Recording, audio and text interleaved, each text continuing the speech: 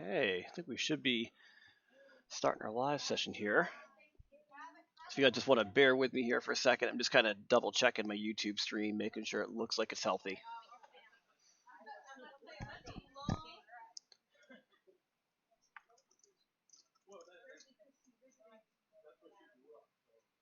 All right, I can see we already got some people hanging out, which is awesome. How's everybody doing? Welcome to the first shading and lighting class. Well, actually, your first 3D class for the whole program. Super exciting. So I'm sure a lot of you are really eager to kind of get in here and start playing around with Maya. I know a couple of you have already submitted some of your first activities. I've been trying to sort of tackle those throughout the day as they've been coming in.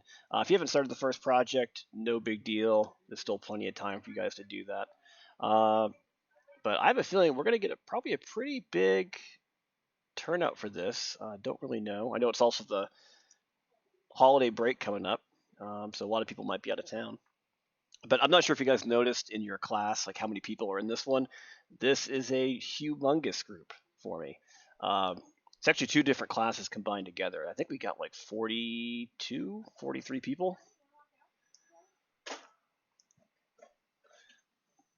So should be cool. So what we're going to do, basically, I'm just going to show you guys kind of a quick overview of what we're doing this week. We're going to go inside of Maya. I'll do a couple little demos here on, some different tips and ways we can use the interface. I'm not going to try to do too many things that are, right from the video, because I know obviously you guys can watch the video and get the same information. But I really just want to give you an overview of what this week's all about, kind of what we're expecting. And then I'm hoping we can get to activity 1.3. I might skip ahead a little bit and go over your first real project inside of Maya. So, all right, let's bring in the LMS real quick. So just a heads up, by the way, as you guys start kind of, talking in the chat and trying to, ask questions, there's a little bit of a lag. I don't know if you guys have done a YouTube stream before. It probably was set up like that, I think, in your previous class. But I know we have some instructors that also just do GoToMeetings. Either way, if it's YouTube or GoToMeeting, the main thing that's a little bit different with the YouTube stream is there's a little bit of a lag. So like when I'm talking about something, I think you guys get it maybe 10, 15 seconds later. So if you see there's a little bit of a delay where I don't answer your question immediately, yeah, it's just me playing catch up and trying to read the messages. All right, so what are we doing? Well, for the first week, what we got right here, there's going to be 3 main activities. The first one, I don't really think too many people are going to have issues with. If anyone does have any concerns with the first activity as far as like the due date, you have issues with the Maya installation, try to hit me up relatively quickly. I sent everybody a message that I'm going to be out of town actually from Wednesday to Monday. I'm going to be out of the country, so I'll be unavailable, but we do have a bunch of other really great instructors that are available to help you guys out. Nobody's going to be around Thursday or Friday, of course, like due to the holidays, but if you guys just send an email to any of the other guys around those times, they can definitely get back to you and try to assist you. But basically the whole first activity, nothing too crazy. It's just you guys installing Maya. I'm not going to go through the boring installation process. I know you guys aren't here to watch me download an activity or download a software and run through an installation. But what you're looking for is Maya 2019, hopefully 0.2. If you go into your Autodesk account, you can sort of find all the different softwares. You should see this one. Occasionally, when you guys first sign up for Autodesk, there's a little bit of a delay where they're almost like trying to sort of convert your account to the educational version. And I've had a couple cases where myself or another student noticed it was about an hour before any of the Maya stuff popped up. So if you just give it a little time, if you do create your account, it should pop up there Sometimes it just takes a little bit. Another way to get to Maya, just in case you have issues, if you just do a search for something like Autodesk Maya uh, Education, you will find another page that is a little quicker to get to. Uh, I think I mentioned it in one of my videos as well, but if you go to this site, and I just got to this by typing in, Autodesk, Maya, Education, free, anything like that, it's going to be one of the first things that pops up. Uh, if you've already created your account, you just sign in, or you create your account here. But from here, you can choose your version of Maya. You should see 2019 pop up, uh, but worst case scenario, you guys can still use 2018.6, which is the most recent version of 2018. All right. So all you guys were doing for the first activity is basically just kind of recording and practicing a few different things inside of Maya. Not expecting a masterpiece. It's actually kind of an intimidating software at first when you jump in here, but I promise you, if you just kind of watch through some of the very simple introduction videos, like talking about the interface, what all the buttons are doing, what they mean, I think you're going to be kind of surprised with how simple it actually is. It's not really that complicated.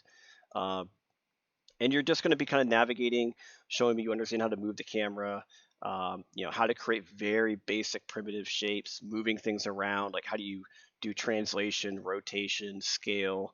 A couple hotkeys I want you to show me, like what wireframe and shaded are, and they're all in the videos. So probably the best way to do this is really just to kind of do a couple practice runs, just go through this thing, write down your notes. And if you, ideally, I'd like to have the video to be relatively short, under 5 minutes. If it goes a little over, it's not a huge deal. It's just a little bit easier for me, so I'm not, going through a whole lot of like downtime in between the different parts as you're trying to go through your notes. So, but that's pretty much it. Just a little video showing me all those fun things. Hopefully, you guys can use OBS. We've had a lot of people, by the way, they've had a ton of OBS issues over the last couple weeks. So I don't know if it's something with one of the most recent Windows updates, but man, there's been a lot of problems with OBS. If you guys notice you have any issues with OBS, definitely you can look into like another recording software. If you type in like free video recording softwares, there are more of them out there. This is the one we usually recommend, but don't feel like this is the only way to complete any type of recording. There are other ones you can definitely look into if this gives you any issues.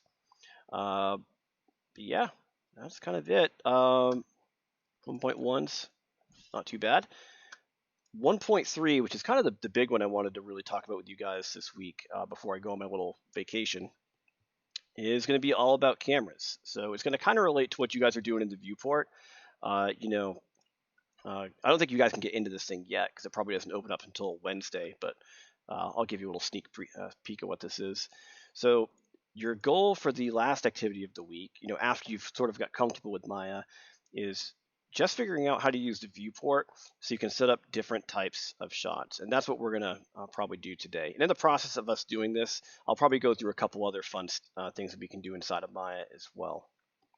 So we're just setting up cameras, naming cameras, designing shots, talking about how you set different aspect ratios, how do you change the resolution, how do you match composition, and you're going to create a couple of your own camera shots as well.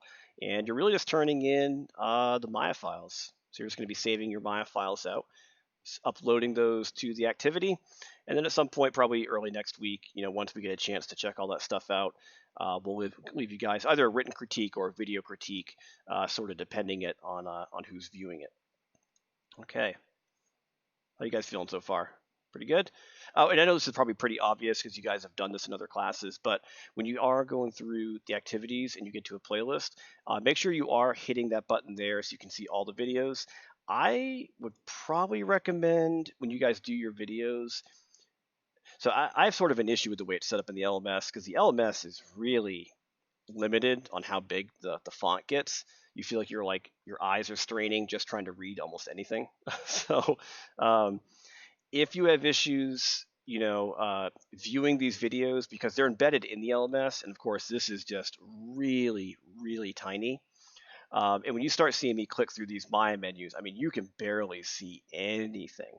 So the best thing you can do is once you hit play, instead of you just using a magnifying glass and struggling to understand anything I'm doing, I would just hit the little YouTube button so it pops out in its own separate window. And then from there, you can start going through. You'll notice the little playlist is down here. You can just click through all this stuff. Um, and it doesn't mean that every video is going to be something you're expected to be quizzed on or you're expected to know, perfectly yet. So some of the things I talk about in these videos are more of just kind of a cool thing that you might want to know. Um, and I have a lot of that in all my activities. In like the dive deeper section, which I don't have in this one, in this particular activity. Oh, actually I do. Take it back. We have like dive deepers where I might have other videos that just kind of talk about fun things we can do. So you're definitely encouraged to check that out as well. So let's jump in here and do this. Let's do some 3D things. Um, so I've got Maya open, and if you ever want to verify which version of Maya you're using, once you open it up, and by the way, when you open up Maya, it will take a second. You're going to notice that Maya is not the quickest. There's definitely like a lag when it's trying to load everything in, but once it gets going and you're finally in there, it's usually pretty stable. The big thing here that it's doing is when you first load this thing up, you'll see at the bottom here, this is called it's also where the script editor is, but we have this little help line where it'll start like naming certain things that it's doing, like it's loading plugins, there's warnings and error messages. But at the bottom here, you're going to see it just starts going through all these little plugins it's loading. Once it gets through most of the plugins inside of Maya, then you can typically move around and do things. So what I'm going to do is we're going to go in here, and one thing I would definitely recommend you guys do, because as we get into something like Maya, where it can be a very complicated software, there's a lot of different pieces, right? Because it's not like if you think about like a 3D pipeline, a lot of times you're working with a group. There's naming conventions. You're exchanging assets between different people. Where maybe you're working with someone else and you're doing the environment, and someone else is modeling a character for your environment. So you want to kind of share things around. But the big thing is making sure you have a lot of organization. So if you already haven't started doing this, what I would highly, highly recommend is somewhere on your laptop, and I have mine in the documents folder, go inside of here, and do most of you already have a folder set up for like your LA Film School? Like, did you already set up like a LAFS folder, or maybe you have like a um, shading and lighting folder, digital painting one folder? But hopefully you're organizing something by class. And then of course it'd be nice to back it up on like an external hard drive at some point. So I'll show you the way I've got it set up. Now I'm obviously not taking like all these different classes, but I'm sure, yeah, it sounds like you guys are already doing that, which is awesome. But inside of here, I'm doing them based on my class. So this actually I think is the digital painting one. Yeah, this is the digital painting one. When I was working with Paul, I know a couple of you guys have already taken digital painting. Some of you haven't. They just changed the class order recently, but there's some stuff in there for that class. I've got all my shading and lighting 1 projects in here. Shading and lighting 2 is this one. If you guys are calling it shading and lighting 1, shading and lighting 2, that's fine. I'm just using the course code. But inside of that, I would also do folders per activity, and I'm willing to bet a lot of you are already doing this. But I have 1.1, 1.2, 1.3. I basically just build these for the entire month, and then inside of those is where I start keeping like my downloads that go with the activity. I might put my my saved files for the that I'm going to turn in eventually. Those go in that particular activity. It's really just an organization thing. I'm going to be honest with you guys. I have terrible OCD issues. I'm sure some of you can relate to that, where I have to have things named a particular way, and I just don't like messy things. Not judging if you're not like that. I actually am envious if you're not OCD, because it is not very pleasant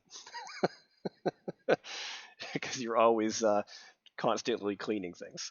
But for 1.3, when you go in there and you download the activity, this zip file, there's going to be a bunch of things in there. There's going to be some like reference images, some different camera angles. You're going to try to match these in Maya. We're going to do these together today. We have some for the vehicle. So you're going to see this little car model here. You're going to play around with that a little bit. And there's a bunch of other things we're going to do to these as well. Later on, you're going to be lighting these on the second shading and lighting class. You're going to be in here doing car paint, glass windows, we'll be adding like, little decals and stickers on the vehicle in the second class. That one's kind of fun. Yeah, but we have our 3 Maya files. Actually, the ones you guys are downloading are these guys right here. So character, environment, and vehicle. So how do we open this stuff? Well, what I want to do. Oh, one thing too, by the way, if you guys could help me out, if you ever notice in the middle of this recording or the stream, if my audio just dies, if it gets cut off, could you guys just like let me know in the chat? My OBS will drop the mic every so often, and I've had a couple of live sessions where it did it for like 10 minutes, and I had no clue I was silent. I was just going on my merry way doing things, and nobody could hear me. Unless you guys like silent film, but probably not. All right, so we're gonna go up here, and I want us to do open, which is also Control O. You also have the open button right here, and we're just gonna hit that. Actually, you know what I'm gonna do right now, just to keep this a little bit organized, because I don't want to save over the ones I downloaded. Temporarily, what I'm gonna do, and I know this probably seems like a bad idea, we're gonna go put this in our lovely laptop's dumping zone, the desktop, where all good files go to die. So we're going to put this on the desktop just here for a little bit, and then eventually when we're done, we'll save it and move it back to the right folder. I'm just doing this so it's not conflicting with what I've already got. So we're going to go to open, and we're going to go to the desktop, boom, and we'll start with the character. So we're just going to open this guy up. There we go. So there we go. We are looking at our first model. And when you guys get in here, this will be your first 3D model that you've seen that you're not making. Not that you guys aren't making your own 3D models, because the first project you're in there making like polycubes. Not that that is not extremely impressive, but there's obviously a big difference between our little polycube primitive and this guy right here. So this is a Nefertiti head. It's actually scan data. Excuse me. But when you guys click on this thing, you'll notice that if you compare, like if I compare the simple polygon, let's just move this up. And I'm going to start kind of going through my hotkeys too as we go through this. So when you're moving things around, like I'm on the shelf, I'm just making these simple shapes. In the videos, I talk about the 3 or 4 main hotkeys you want to get used to, which you guys probably remember is Q, W, E, and R. So, and when I'm doing these, by the way, look at the left side of Maya. So Q, W, E, R. You can see all these little things keep changing over here. So these buttons are the same thing as me hitting the hotkeys. Now, you're definitely totally fine with doing this, but I think for efficiency, you're going to want to get used to using the hotkeys, just so you're not always going over here to change what type of tool you're using. So Q, W, E, R. And a lot of you are probably used to those anyway, because you probably use like WASD for like if you're doing the little keyboard cat gaming, where you've got like W's forward, S backwards, A and D is left and right, or you're actually using a controller like what most people would probably do.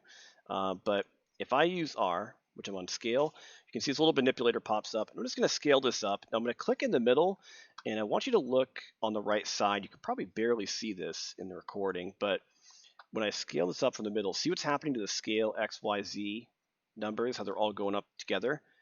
So what's happening? This is what's called a uniform scale. And a uniform scale means that when you start with a shape, you're scaling it up evenly by some multiplier. So for the Nefertiti head, for example, this thing's very dense, by the way. You have to zoom in very close to see actually all the little shapes. But with the Nefertiti head, this is currently at 1. But if I do R, the scale, it's actually pivot points way down here. That's my bad. But if I scale it up, I know it's drifting off the pedestal, but you can see that by scaling it up to about 2, and I can even type in 2, I know it's been positioned off the stand, but it is now twice as big as it used to be. So let me just Control Z and undo that back. And Control Z, by the way, is going to be one of your best friends, because we all know what Control Z is, especially from like Photoshop or a lot of other softwares. That is simply undo. One of the single most important hotkeys you will ever use in any software. Also, another thing I'd recommend is saving your scenes frequently. Don't just keep overriding the same scene file, because there's going to be a case where Maya is going to crash. You're going to just make a couple mistakes and you realize like, oh crap, I shouldn't have done this. I really wish I can go back. There's nothing wrong with you guys saving multiple versions of a scene file. So if I wanted to do that, I'll show you a way to set this up. We could go in here and do save scene as. Okay, if we're going to go in here. Now, what I'm going to do is change the Maya file format because you can see I'm in that desktop folder. So this is where we pulled the file from, but I don't see the other file for some reason. And it's because down here, I want to change this from Maya ASCII to Maya binary. It's because the other file types are Maya binary. Now, whether it's a .mb or .ma, they both work totally fine. So I originally was using Maya ASCIIs for a while, but we're kind of swapping over to the binary format just because the file size is a little smaller, and so I think it's going to be easier to upload and download these. But we're just changing to binary, and I'm going to go in here, instead of overriding the original, let's do an underscore 01. And we're going to do save as, continue. And so now I'm in the first version of my character file. We would do some things like move some stuff around, create a camera, do whatever we need to do. And once you get to a certain landmark, whether it's like 20 minutes in, a half hour in, 5 minutes, whenever you think you get to a certain point where you want to save another version, you go in, save scene as, click, 02, save it. And now you have another version that's just a little farther in. But I know it probably seems like such a very obvious thing for some of you guys. Like, of course I'd have multiple versions of the file, but I can't tell you how many times we've had myself or other artists where we just don't really think about that. We sort of get on a roll and forget that that's probably something we should be doing. And before we know it, 2 hours in, Maya crashes, or I just never saved a new version. And I realized in order for me to go back and fix something, I have to undo all this work. And so that's going to be a huge time saver for you guys. But one thing that's kind of interesting here, if you compare this to even the stand or the head, is just look at the density between these two. So what's going on? Like, what makes up a 3D shape? So I'm going to show you basically how this works. So if you break this down, like let's look at a simple polyplane real quick. We're going to get down to the basics.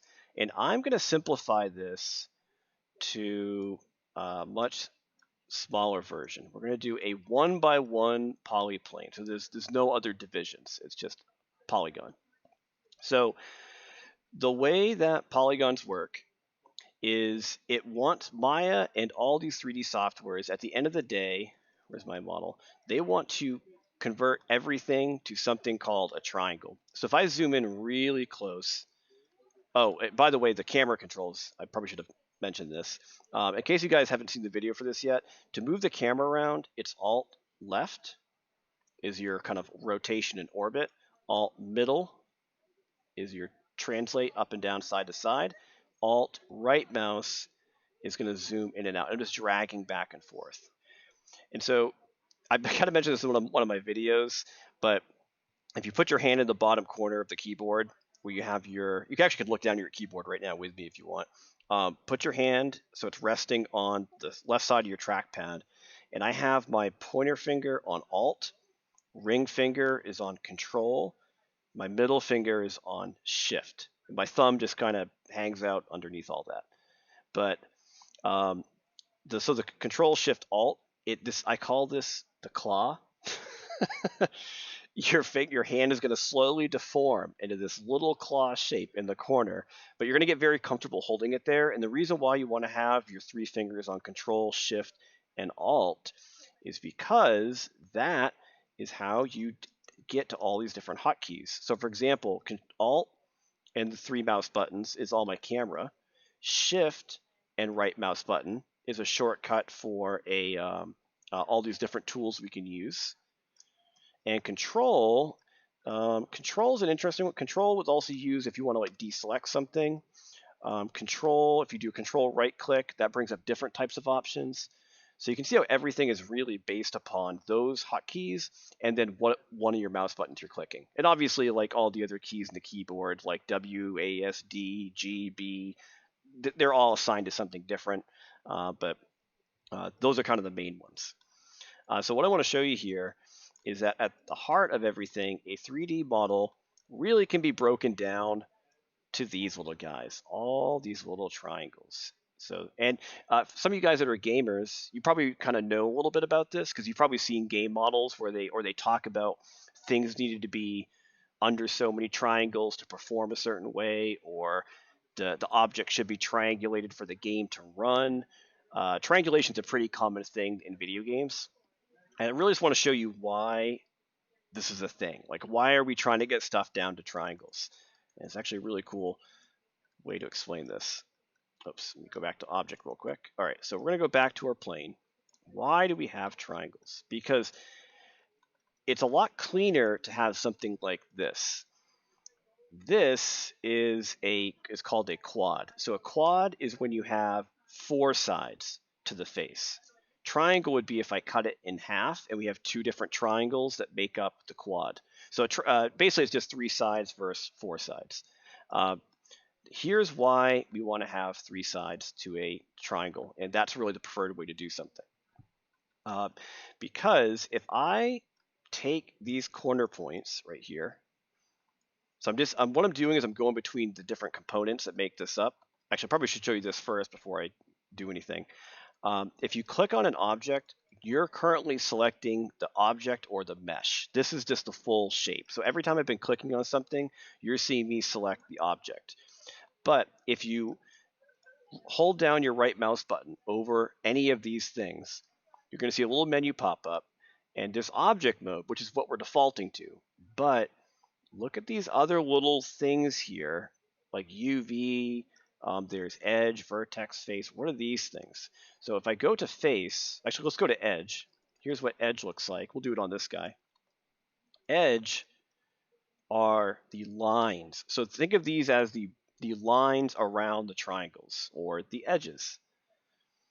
If I hold down my right mouse button and do vertex, let's see what a vertex is. Hey Corey, welcome to the party. Here's vertex. So what's vertex?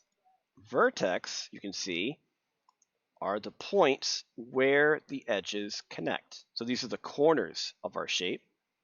If I hold down my right mouse button again, we have face. Face is the actual shape itself, right? So you can kind of see that between face, edge, and vertex, you're really just defining the different parts that make up the triangle or the quad. The actual center part, the border on the outside, or the corners. So those are your different components. UV is something we'll talk about in the second class. That's not too relevant at the moment. But we're going to go to vertex. Now, with that being said, I want to show you this whole triangle thing here. I'm going to be in vertex mode, and I'm going to select, I'm just going to marquee drag over those corners right there. W. Hey, Ava, welcome to the party. No worries about me. I know we're all on different time zones, different work schedules. I'm actually just excited to see so many people here. I'm going to do W and translate these up. And you're going to notice that we get this really weird, almost like an optical illusion. So I'm pulling the corners up, right? And we're moving it up, okay? Now, what's happened here is you can see Maya is trying to make a crease. So see how it's almost like you're folding a piece of paper? But you can tell something just looks really weird about this. Like, geez, it just looks like it's not drawing this thing very well. Okay, now I'm going to duplicate this because I want you to see something. We're going to do Control D, W. So Control D, by the way, is just duplicate. So I'm just duplicating that little thing we did, and we're going to move it over here. So I have two versions of this. Now, when I move those vertices up, it looks like Maya is running an edge this way, right? You can kind of see it's sort of making a crease here. So I'm going to draw that visually with the edge so you can see what Maya is doing. I'm just going to use a tool called the multi-cut. You don't have to worry about knowing this. This is something you're going to get later. So we're going to draw the crease ourselves. So this, by pulling the vertices up, isn't this kind of visually what Maya was doing? Like it sort of thinks, oh, there's a crease here, right? And we sort of drew that ourselves, okay? Well, if I go over here, I'm going to do it the other way. I'm going to run the edge cut this way. Enter. Now remember, before I know they clearly look different at the moment, but a minute ago, weren't these basically the same thing? Let me back up. See how it's running this way? As soon as I drew the crease, we can all agree those are identical, right? I'm not lying. As soon as I drew the crease, what happened when I ran it this way? See how it kind of visually looks like it's flipped, like it's inverted? Now, this is kind of interesting, though. And I'll show you why we're doing this. Because if I move this back to where we had it, if you just look at the corners for this thing, if you move it back, look where the corners line up. See how everything still lines up? So the reason we're showing you this is because when you have a quad, like if we didn't have the edge there, you're seeing that if you just think of the four corners right here, Maya can interpret that four-sided face two different ways. You don't know, like if you're looking at this cube, you don't know if Maya is going to draw the triangle this way or if Maya is going to draw the triangle that way. Now, for something like a flat wall, like a face like this, it doesn't really matter because it's going to look the same either way. But when you have something that's bent and you have Maya decide where it's going to cut that crease, you can tell we get completely different results. So that's a very key important part about how the object is going to work. And so let's kind of do this again. We're going to move this over. I'm going to delete one of the faces for a second. We're going to get down to just a simple triangle by itself. Okay. Now, the reason why we're getting down to triangles is because if you guys look at this, we can probably all agree that this looks like it's a completely flat piece, right? It's planar. There's no bending to it, right? And no matter where you put a vertice, I'm going to start throwing these vertexes all over the place to try to break this. I'm going to take this corner. We're going to throw it over here. It's still flat. We're going to take this. We're going to move it down. It's still flat. We're going to take this. I'm going to throw this way out here. And it's a weird looking triangle, but guess what? It's still flat.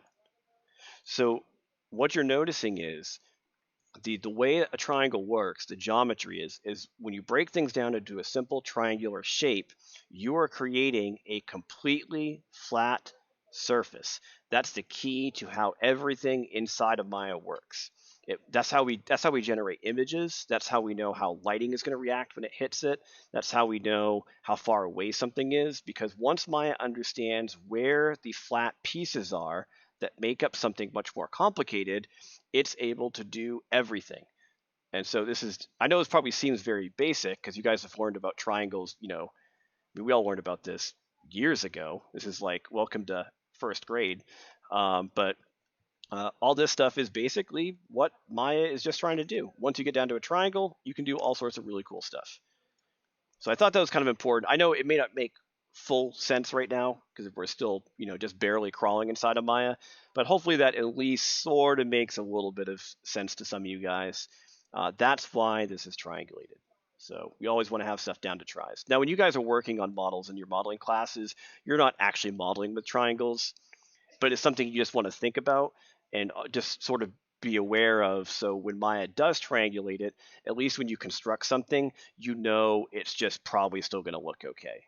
So you really don't want to have anything that's really bent real weird because Maya could sort of interpret that a couple different ways. I could talk about that forever. It's a lot of math, but we're gonna do some other fun stuff. So what I want to do is basically just try to build a couple cameras here. So I'm going to load up a couple reference images. We'll talk about some ways to do this. So I'm going to go in here, our little asset folder, and we're going to double click on our first image. Okay, this is going to be our target. Actually, let's do the easy one. We'll do the front one. So here's our front reference image, and I want to try to match this to the best of my ability. So we're going to just move this over, move this down. Now, a couple of you guys are going to be probably doing this with your own camera in here. Okay. Some of you are also going to be able to probably throw this on a second monitor. Yeah, I think probably everyone's here is probably going to be in computer animation. That's a huge group. This is by far my record for a live session. So thank you guys for making history here. Um, but if you have a second monitor, you can just throw this on your second monitor. I do have one at my desk, but you guys can't see it. Now, if we only have our laptop screen, what I would recommend we do is we're going to put this over here. I'm going to scale it down a little bit. Be here, and then I'm going to double click on the top of Maya. I just want to push this in so I can grab the corner and try to resize this a little bit. Let's just do that. So we're just going to manually get this to work kind of like that. So I can see Maya. I can also see this over here. All right. So how do we match this thing? So the first thing we're going to try to do is get the right camera position. So let's say that we're in the viewer. We're like this, right? Look at the bottom of the viewport. So see where it says persp? That's standing for perspective. Now, if you look in the outliner, so the outliner is this button right here, and I'm sure a lot of you guys remember this from some of the videos if you've watched them. If you haven't watched it yet, not a big deal. But the outliner is going to be the list of all the things in the scene. So if I click through these or click it on the viewport, you can kind of see it lighting up over here. But we have a couple of things that are dark gray. One's called persp, which is perspective, top, front, side. That's perspective. So what are these other three right here? And I bet you guys already know what these are, because if you just look at the little icon here, it's kind of telling you what it is. It looks like a camera. So you currently in your viewport, even though you probably don't realize it at first, you're actually looking through a camera. This is called a perspective camera. Now the other three do pop up if you change between your different viewport settings over here. Now a couple ways you can do it. You can either hit the button. This is called quad. So see how we still have perspective here, but look at the other ones. Top, front, side. Perspective, top, front, side. So you're actually just seeing those different default cameras are part of the quad view right here. If I do the one below it, this is called a split, and you will be well acquainted with the split because I use the split camera or the split viewport all the time. It is basically the bee's knees. It's the best thing ever. So this is going to give me the ability to do two different cameras. I can set up one for my final shot, and I have another camera where I can still edit, move around, all that fun stuff. All right. Now, what I'm going to do is go back to single. Now, if I hit space, what space is going to do is it's a kind of a shortcut to hop to the last one of these you've used. So if I had quad turned on, if I hit space, see how it kind of wants to pop back and forth? And if I hold space or hit space over any of these, watch what happens. If I move my mouse over the top and hit space, you're in the top view. Space, space, here's the side. Space, here's, that was the front, sorry, this is the side. Hit space again. And you know how in the perspective camera, I was showing you guys that alt left click, and we can sort of orbit the camera and do rotation. When I do alt left click in here, watch what happens. So it's like, oh, nope, you aren't doing anything. So orthographic views are locked. So an orthographic camera are going to be these guys right here. These are not meant to be a camera that you orbit around and rotate. They're supposed to be kind of like a blueprint or a schematic, where you're just seeing the perfect side angle or top or front angle of what you're doing.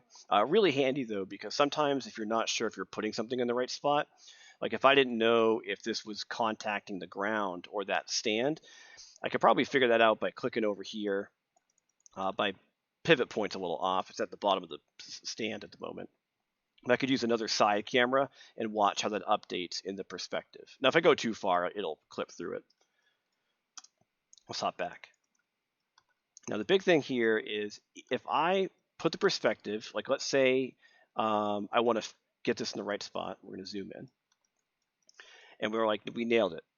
This is nice and even, right in the middle. This looks so close to it. We feel like we've aced the project. We're going to be high-fiving all of our buddies. It's actually not quite finished. The big problem here is even though you do have the camera in the right spot, you have to remember that you're starting off in the perspective camera. This means later on, if you ever need to work on something and you start moving the camera around, guess what just happened? You just lost your shot, right? It's almost like you put a camera in the right spot to take a picture, and then you realize like, oh, I need to go to the behind the actor to fix something, like put the backdrop up, and then you move the camera with you, and then you have to go back and put the camera in the right spot again. So you really don't want to have your final shot cam and the one you're working in to be the same camera. So what we're going to do is make a new camera from scratch. So at the top, we're going to go to Create, Cameras, Camera. We're going to click. Okay, so you can see as soon as I did that, look what happened. We have a new thing in the list in the outliner, Camera 1. Now let's rename this. I'm going to look at the documentation, and we're going to do it exactly like it does, or like it says to do in 1.3. So we've opened this up. We're in Maya. We made a camera. It says rename the camera to character angled cam. We're actually doing the front one first, so we're kind of going out of order. So character front cam. Okay, we're going to do these other steps as well. So to rename it, in the outliner, there's your camera. Just double click. Okay, so we're going to double click to rename. We're going to do character underscore front cam. Yep, so there we go.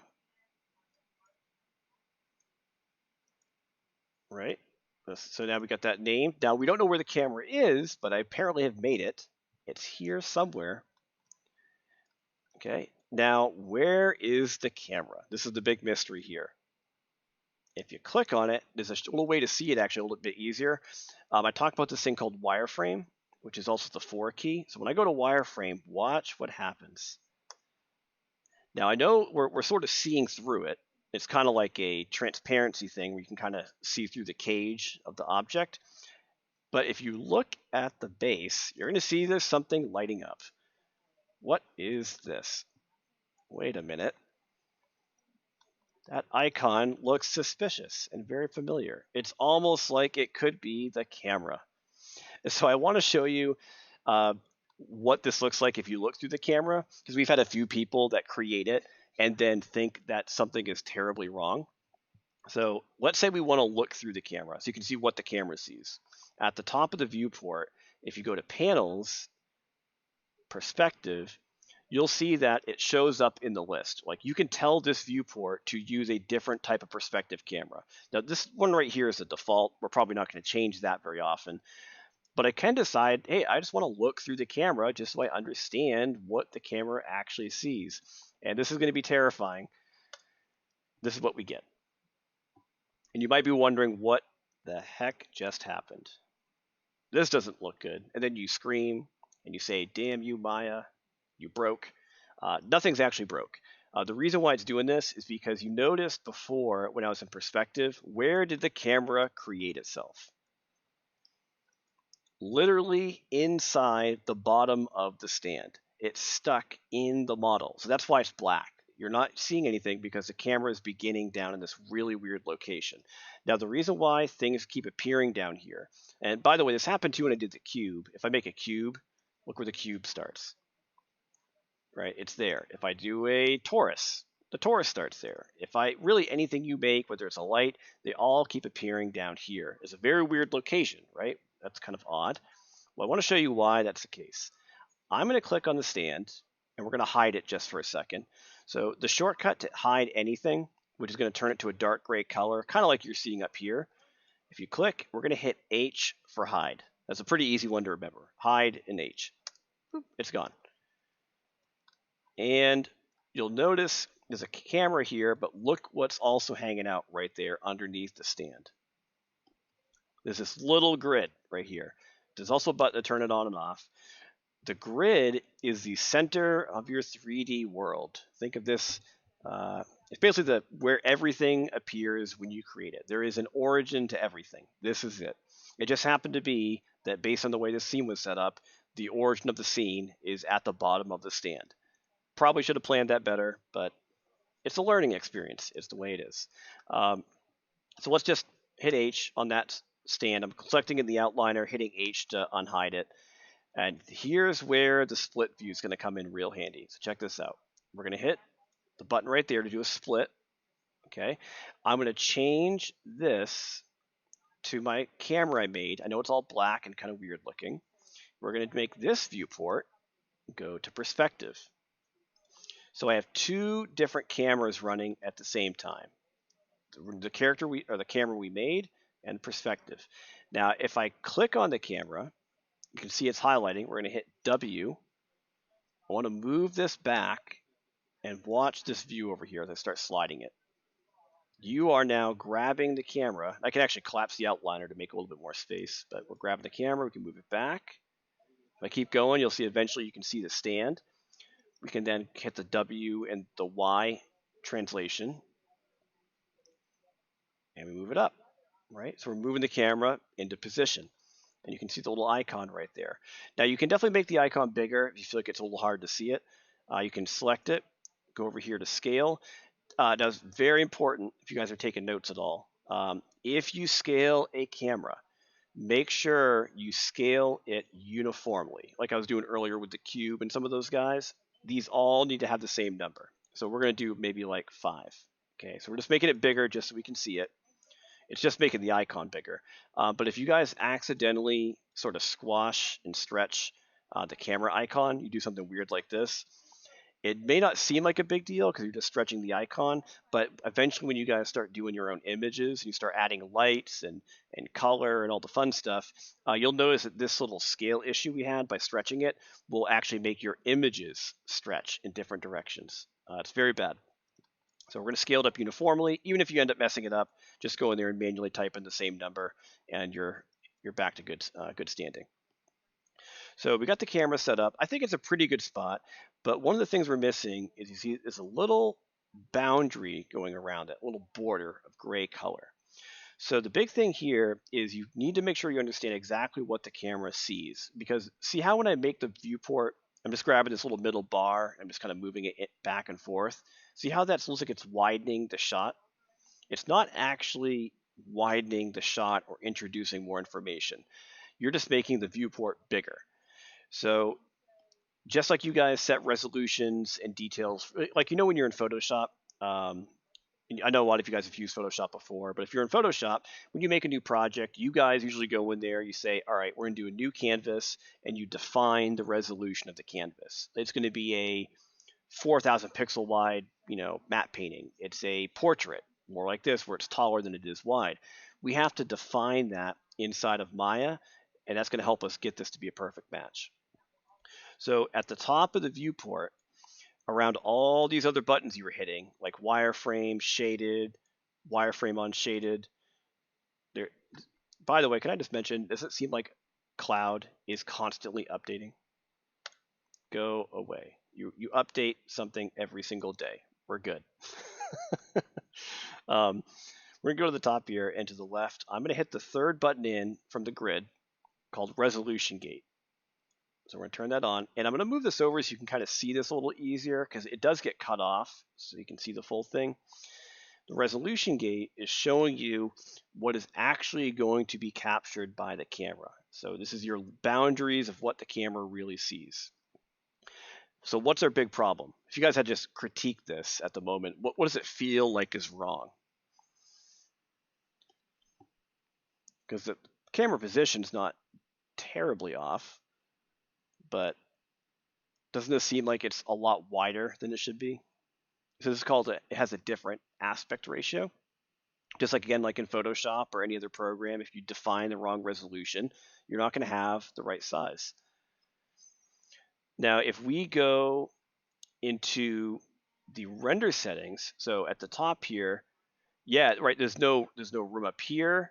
Yeah, there's something that's going on there. If we go to the render settings, so up here, there's all these buttons. For now, you don't have to worry about most of these.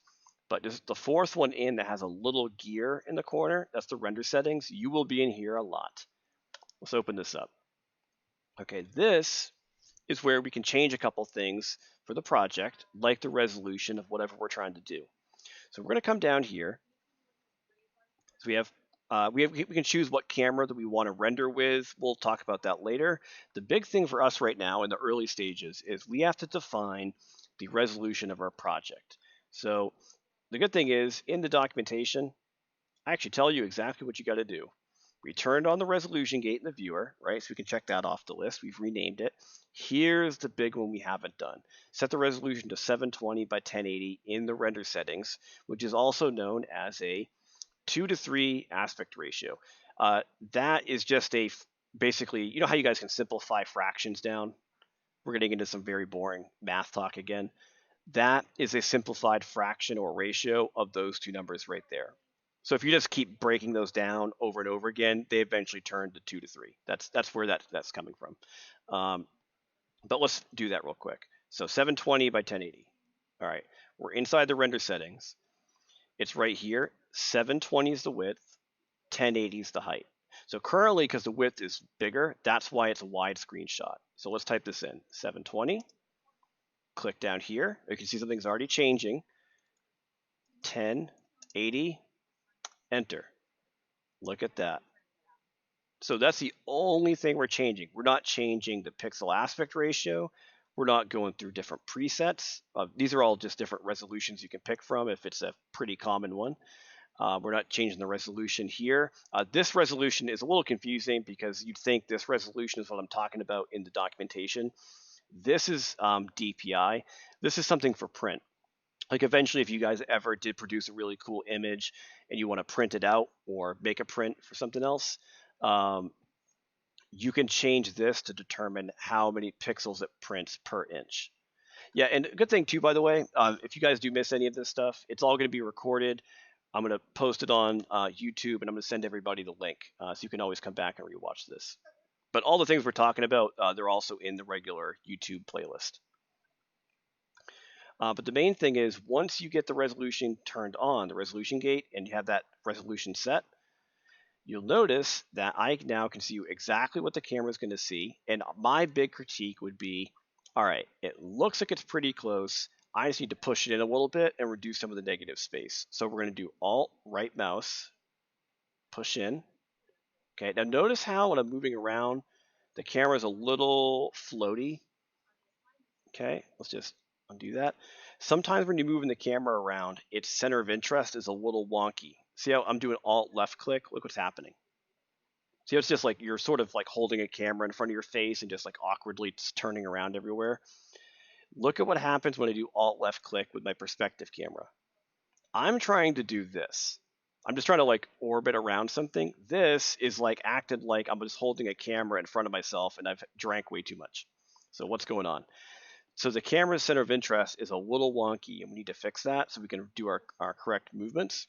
So what I'm going to do is click on the head and we're going to reset the camera's center of interest by hitting F. What F does, actually, let me undo this. You can see this again. Let me undo that. Oh, I think I probably can't undo it. The center of interest basically just forces the camera to focus on this. It sort of zooms in. The reason I'm doing that, though, is because if I now Alt left click, see how it's now acting like it was over here. It's not getting all weird where I'm just sort of turning the camera around awkwardly.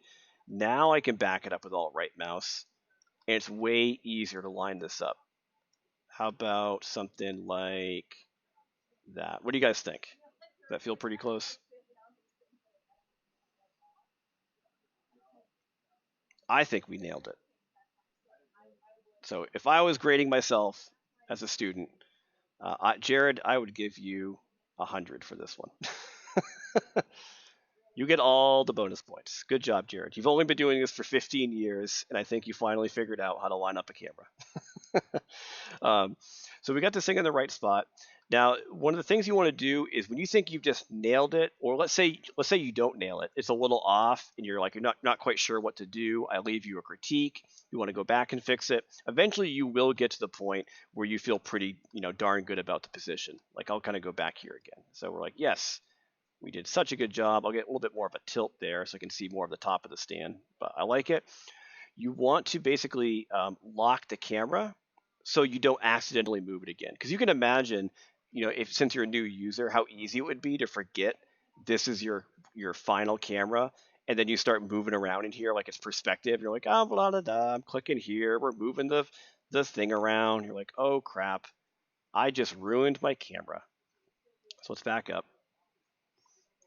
To lock a camera down, at the top of the viewport where we've had all these different buttons we've been using, if you look, thankfully Autodesk does a pretty good job with their icons. They're very clever.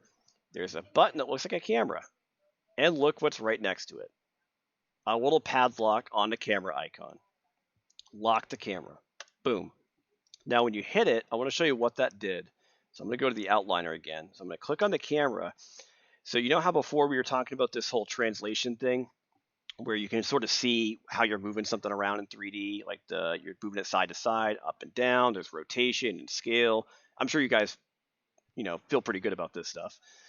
But when I hit the lock button, look what's happening right here at the top. I'm going to turn it off again. See that gray color? That's turning on and off. When you're turning the lock on, you're locking the translate and rotate attributes. This means this camera cannot move. If I'm trying to move it, I'm holding Alt, left, middle, right mouse button all over this darn thing, and nothing is happening. It's stuck, which is exactly what we want because we don't want to move it by mistake. Okay, so we're good. That camera is done. Now let's do this again, but just a little bit faster. Okay. So we're going to do the angled one this time. So I'm going to go to my next shot. Actually, let me back up to this one. Here's a bit faster. Create cameras, camera. Okay, here it is in the outliner. Double click, character, angled cam. So I'm just looking at the documentation. It says name it character angled cam. Remember, it's down here. Now I could look through it if you want to see it. We're going to look through the angled cam. I don't have to always move it first. If you know the camera controls, just do it right here in the viewer. Alt right mouse. Keep doing it. Alt right mouse, and eventually you'll back it. You can actually see the icon changing. We're moving the camera around here, and it's updating in this viewer. So they're all connected right now. We're going to move it up. You can see the little icon moving up as well. It is adorable. Let's change the icon to a bigger size. We'll do 5 so you can see it a little easier. Now for this one, we want to have it from the side. Okay, so at the top of this camera, so remember you can look through it here, pick any camera you want. We're looking through angled, but I need to turn on the resolution gate, right? There's that button right there. The button to the left, by the way, that's also turned on by default. See how this other one's lighting up? This is just adding this gray color outside of it. You don't necessarily need this on. I think for me though, I kind of like it because it's a really easy way to sort of shade out the stuff that is for sure outside of the shot. So I think most of you guys will want that turned on. It's up to you if you want to or not though. A couple of other things you could do as well. There's a field chart. This is really cool if you're doing like rule of thirds. You just want to figure out roughly where things sit, sort of in a 2D chart.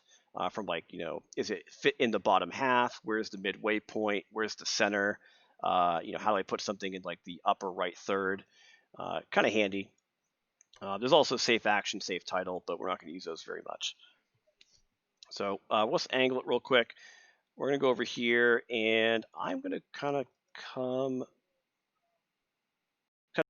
all left and try to be really subtle with my movement to get this right.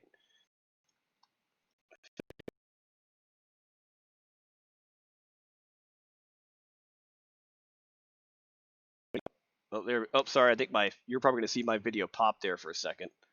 My computer just had a seizure. Let's move in there a little bit. We're going to zoom in. There we go. Yeah, sorry about that, guys. My computer the fan just kicked on. It sounds like it's a jet engine running. All right, so this looks pretty good, I think, right around there. I'm just looking at the cheek. Yeah, we'll go with that. That's probably close enough right now. I could push that down just a little bit. So I think I have a pretty good angle. We're going to lock it again, and I hit the padlock, and the first project is already done.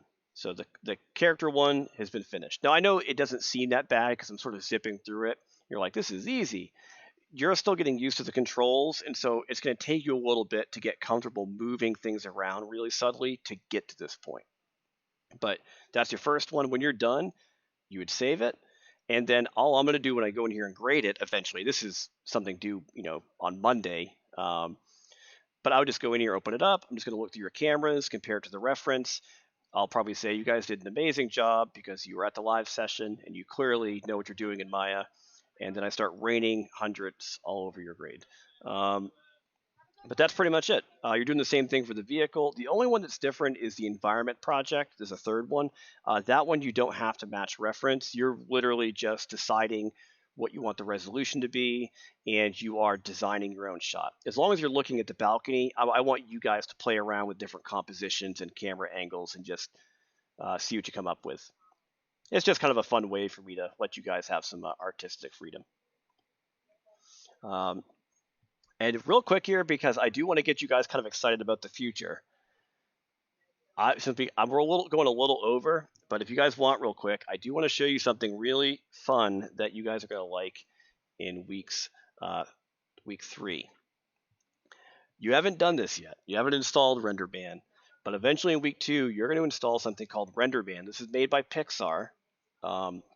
We actually have one of Pixar's employees that helps with like the documentation and support. He's in our live sessions quite a bit. He's also in Discord. His name is David Hackett. If you guys see David Hackett, feel free to say hi. He's a super cool dude. But he works over there with the RenderBand group. Yeah, I mean, who doesn't love Pixar, right? That's why we're here. But RenderBand is a renderer for Maya, and I'll show you what this thing does because I already have mine installed. And again, you guys are doing this the end of week 2. I am going to make a light with RenderBand, and we are going to light this thing up real quick. I want you guys to see why we're doing the cameras. This will kind of all bring it home. I'm going to turn on the renderer in the viewport. You're going to see this thing click on here for a second. It's black, right? Because we don't have any light yet. But let's actually just open this up. I'm going to open up the attribute editor too because I need to see what the light's doing. So I just removed that side thing out of the way. We're going in the attribute editor. We're going to go in here. I just got to fix one thing. All right, let's boost this up. There's my little light. You can see the little arrow showing where it's going. And we're going to crank this dude up until we see something. Oh, I can see it. It's almost there. It is. We're making art. We are now moving a light and basically designing. We're playing photographer here, and we're lighting our new scene up. And what you're seeing is we're turning the viewport to a renderer, and you're actually noticing that the RenderBand solver is trying to calculate light leaving this little source. It's bouncing all around. It's hitting the pedestal, bouncing up under the jaw. We're getting a lot of bounce light on the back. We could do color temperature. Let's do some fun colors here. Let's do some like really cool neons. So we're gonna go Super Tron with this, I think. Let's do like a really cool, like a teal, like a cyan, like this. And we're gonna add like a really interesting like accent over here, like a pink. Okay, so I'm just gonna click on this and we'll duplicate it, I guess. So it's a little faster. I could make a new one though. And I'm gonna swing this dude around. I can also look through it. It's kind of an interesting trick, but you actually can look through selections. And if I have a light selected, I can look through the light. This looks a little bit weird, but I've turned my viewer into the light. You can actually see it says Pixar Disc Light. Let's just swing this around. I know it looks like the light's drunk, but it's not, I swear. It's me looking through the light and trying to see what it's doing in the render. Let's do like an accent on the shoulder, like back here. We'll maybe do something like a pink, like that. And maybe what we'll do is another light. Let's go back to perspective. So I have 2 lights. There's my little kicker back here for the rim. And what do you guys think? What should we do here? Let's do a spherical light. This one's a little bit weird for this because I don't usually use spherical light shapes for characters. Because lights have shapes. This one you can tell looks a little bit different. It's basically a sphere. It's like a ball. This would be really good if you had like a candle sitting in the middle of space and you want to illuminate in all directions. I mean, basically the sun is like this. But I could actually take this. Let me turn that on again real quick. And I bet if I put it down here somewhere, we can see it. I'm gonna have this little like bright orange light come from below. Let me just crank up the exposure. Exposure is kind of like your intensity. I'm just making it brighter. 15. There it is. Yeah. Okay. Let's just, and because we're going nuts here, we're just going to crank the hell out of that intensity. I'm just going to back it up a little bit so I get a little bit more of that overlap with some of the other colors. Let's do, that's pretty flat. Let's come from the side just a bit more. Could even put it real close here and get some interesting like hot spots and accents right there. Um, but yeah, we're basically just painting with light at the moment. Not the most appealing thing because I have some areas I definitely want to fill in with more information. But you're seeing a render work. We're moving lights. We're watching it update. Eventually, in the second class, we're going to get into material properties. So you're also going to learn about how you create materials. So let me just make this brighter again so you can see it. I could also make this thing reflective if I wanted to and give it a shine and make it rougher. So now it almost has like a wet look where we're adding like specular highlights to it. This is all part of shading and lighting too, but you're kind of seeing it here in the first one just to get you a little bit excited about the different things we can do inside of Maya. But you're actually seeing the light reflect off the surface as well. It's cool stuff though, right? First live session, we're getting into all sorts of really cool things here.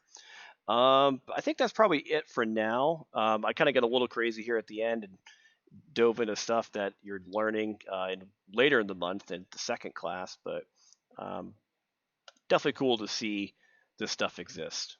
So this is why we're inside of Maya. A lot of really fun things here. But I think that's it. I do appreciate everybody hanging out with me here for the first live session. We're going to continue doing this every week. We just had it on Tuesday this week, mainly because of the holiday and because I'm obviously going to be out of town. But for weeks 2 and 3, it's going to be pushed back to Thursday at 6 p.m. Eastern. And then week 4, I usually don't do a live session. I typically just kind of hang out in Discord for about 3 hours and just sort of help people and do a lot of one-on-ones. But depending on how you guys do, if there's any questions about something that's pretty interesting, I might still do a live session in week 4, and I might just talk about some other fun stuff. So we'll see. But that's it, guys. Thanks for hanging out. That's our live session. Good luck with the rest of the activity. I hope you guys all have fun and enjoy your Thanksgiving. Enjoy your little holiday break, hopefully. And I will try to catch up with you all. Actually, I probably won't get a chance to talk to you guys until next week. But everybody, have a good one.